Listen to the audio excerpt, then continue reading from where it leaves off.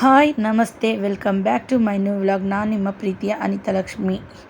ಇವತ್ತು 3ನೇ ದಿನದ ನವರಾತ್ರಿಯ ದಿನ ಆದಿದ್ದರಿಂದ ಶ್ರೀ ಗಡಿಚೋಡು ಮಾರಮ್ಮನವರು ಚಂದ್ರಘಟ್ಟ ದೇವಿಯ ರೂಪದಲ್ಲಿ ಅಲಂಕಾರಗೊಂಡಿದ್ದಾರೆ. ಹಾಗೆ 3ನೇ ದಿನದ ಅಲಂಕಾರದ ಬಗ್ಗೆ ಮಾಹಿತಿ ತಿಳಿಯುವುದಕ್ಕೂ ಮುಂಚೆ ಪ್ಲೀಸ್ ನನ್ನ ಚಾನಲ್ಗೆ ಇನ್ನೂ ಯಾರೇ ಸಬ್ಸ್ಕ್ರೈಬ್ ಆಗದೇನೆ ನನ್ನ ಚಾನಲ್ನ ನೋಡ್ತಿದ್ರೆ ದಯವಿಟ್ಟು ನನ್ನ ಚಾನಲ್ನ ಸಬ್ಸ್ಕ್ರೈಬ್ ಮಾಡ್ಕೊಂಡು ನೋಡ್ಕೊಳ್ಳಿ.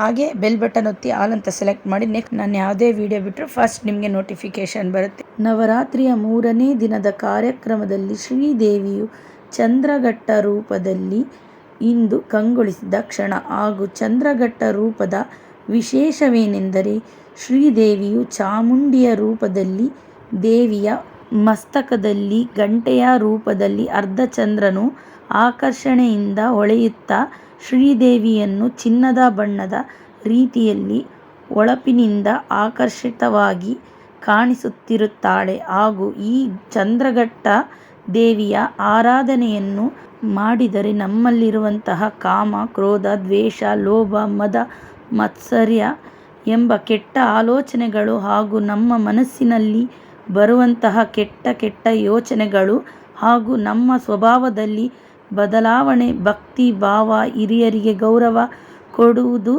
ಇವೆಲ್ಲವೂ ವೃದ್ಧಿಯಾಗಿ ನಾವು ಸೃಜನಶೀಲರಾಗುತ್ತೇವೆ.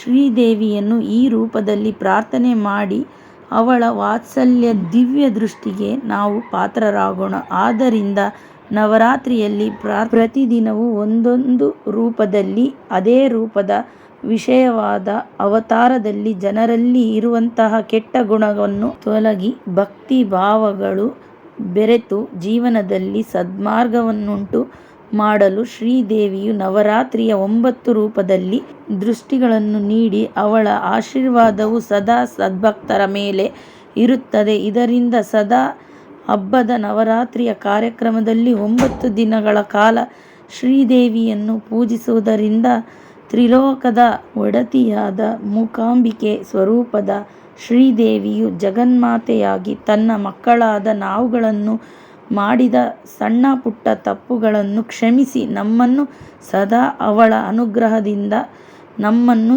ಜೀವನದಲ್ಲಿ ಸದ್ಮಾರ್ಗವನ್ನುಂಟು ಮಾಡುತ್ತಾಳೆ. ಸರ್ವೇ ಜನ ಸುಖಿನೋ ಭವಂತು. ಗಡಿಚೋಡು ಮಾರಮ್ಮನವರು ಈ ದಿನ ಕೆಂಪು ವಸ್ತ್ರದಲ್ಲಿ ಕಂಗೊಳಿಸುತ್ತಾ ಇದ್ದಾರೆ. ನಿಮ್ಮ ಅನಿಸಿಕೆಯನ್ನು ಕಮೆಂಟ್ ಮೂಲಕ ತಿಳಿಸಿ. ಶುಭರಾತ್ರಿ.